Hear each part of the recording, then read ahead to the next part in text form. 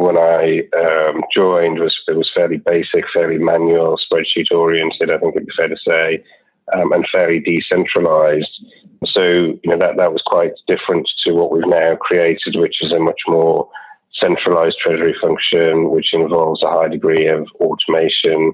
With the implementation of a treasury management system, we're taking control over some of the cash responsibilities of the group. We've transformed the funding structure.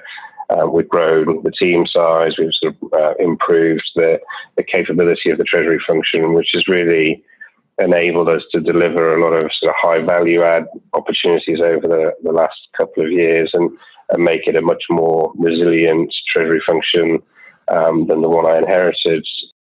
I think we've had a number of different challenges. I think bringing, Shanks and Van Ganswinkel together, major corporate transaction companies of approximately the same size. So sort of a merger of equals in the context of that perspective is quite difficult to bring different organizational cultures together across different countries in Europe as well. So that's always represents some challenges, and we're still very much in that post-merger integration phase at the moment of trying to create the single way of working, the one unified way of being Renewy. So that's the ongoing challenge for us that we've been working on quite extensively over the last few years.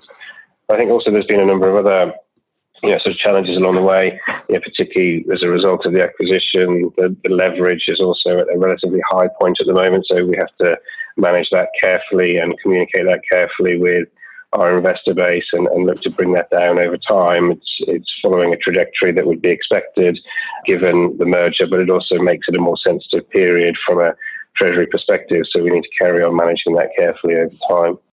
I've been very lucky to have a lot of varied experience over my time, both in terms of the organizations that I've worked in, from large US companies to privately owned companies to publicly owned companies to highly leveraged to low leveraged companies. And it's all that adds that richness to your background and experience. So if you can achieve that, I think that's very, very helpful.